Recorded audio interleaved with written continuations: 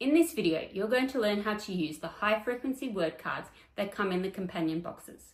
Each phase has its own set of high-frequency word cards, 100 for every single year. They increase in complexity as your child becomes a more confident reader. Each set of your high-frequency word cards are colour-coded, and the colour coding matches the tracker that you would have also received in your companion box. There are lots of activities that you can do with your high-frequency word cards and your child every day for just a few minutes. If you just wanted to grab one card and place it somewhere in your house, you could simply read through it with your child each day.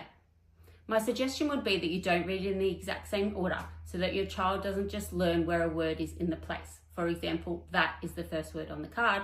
They don't actually know that the word is that, they just know that that was first. And so you could read from the top one day, the bottom another day, and do some sort of pointing activity on the third day. Because each of the cards comes in sets of 2, you can cut them up and play lots of fun games with them.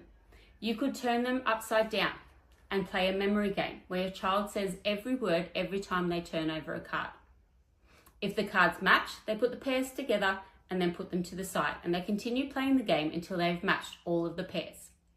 You could do a word matching game where either all of the cards are spread around the house and they have to find the cards and match them and bring them back to you, or you could have one set of the cards and your child goes and finds the matching card that you're telling them to look for.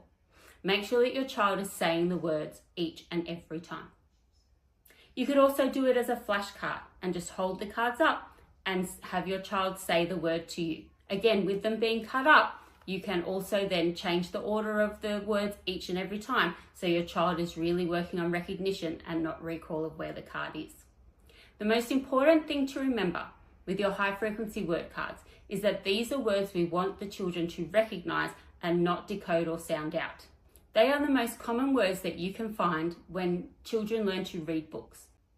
The more that they can recognize them, the more they can concentrate on decoding words that they don't actually know.